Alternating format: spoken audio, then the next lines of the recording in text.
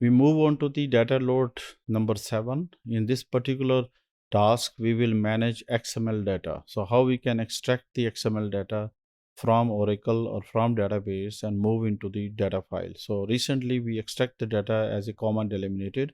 Now we will discuss the XML data, that how we can manage. So preparing the spool file table using XML SQL, sample SQL using XML elements, data load from Oracle schema into the file, and output results with the help of can be shown in the form of XML. So again, we will use XML kind of tags within this EMP table, and we spool this file, and the file contains XML tab with the columns.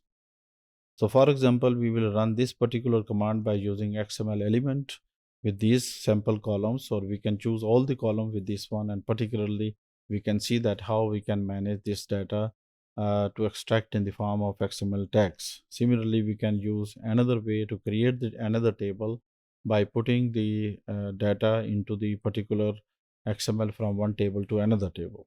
So basically, we move the data from database into the XML, and based on XML, we will see that how data is moved from the database into XML, or we can move the data into the XML format in the form of XML tags.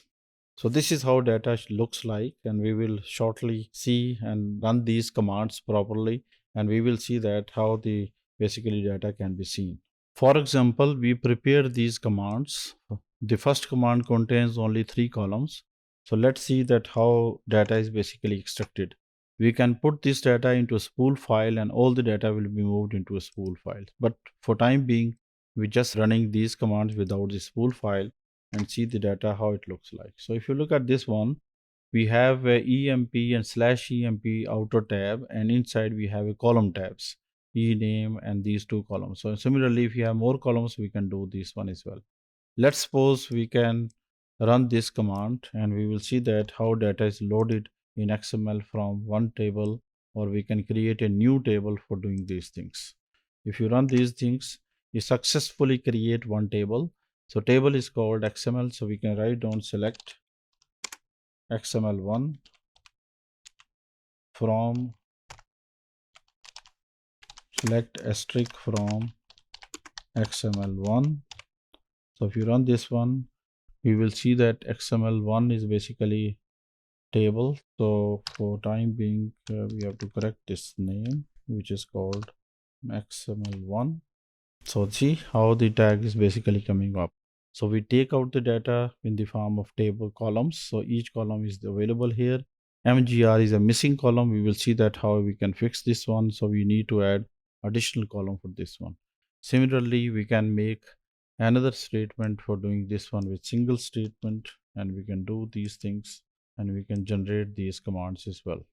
So this is how we can run these commands with the help of XML.